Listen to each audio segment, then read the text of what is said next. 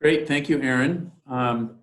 Good evening, everyone. We're really happy to see you all, and I use that term loosely out there in TV land for this workshop. So what I'm going to do is walk you through two ideas for a framework plan. And as we go through the presentation, we're going to introduce some polling questions. I believe we have 5, and they'll have to do with things like job opportunities, housing opportunities, connections,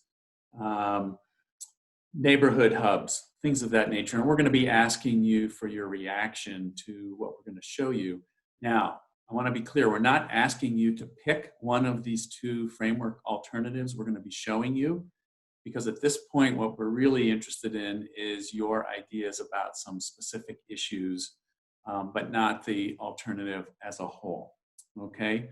So based on what we've heard from all the workshops and the design principle works, we've boiled it down currently to 2 options here. One is what we're calling Transform McLaughlin on the left, and on the right, Creating a Village Main Street.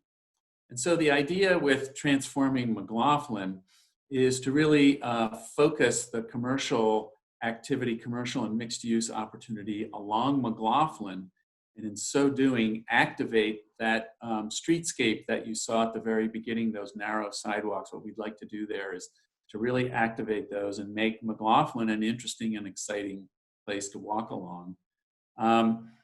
We'd also like to introduce housing opportunities. So you see the sort of yellow color there, adjacent to the bright red color, yes.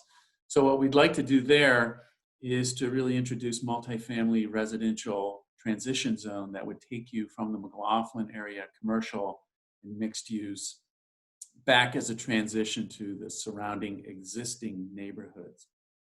We'd also like to think about a number of connections, and I want to emphasize here these dotted lines are pedestrian and bike connections. These are not car connections. I repeat, these are not automobile connections. These are really just people on bikes and people walking. But remember what Aaron said at the beginning, that we really need to get these block sizes down to scale, to a human scale. And so this is one idea about how to do that, is to really divide up that area from Park Avenue down to Courtney into a series of blocks that are highly accessible to people. We've also, along those, liking to introduce green corridors. So we're hoping these things can be heavily landscaped. We want to introduce active street design, as I mentioned, and then these neighborhood hubs. The Village Main Street has many of the same features as Transform McLaughlin, but what it does is it says we're going to keep some of the commerciality along McLaughlin there, and instead we want to concentrate the mixed-use walkable aspects of the community off of McLaughlin in a parallel sort of Main Street environment that you can see right there.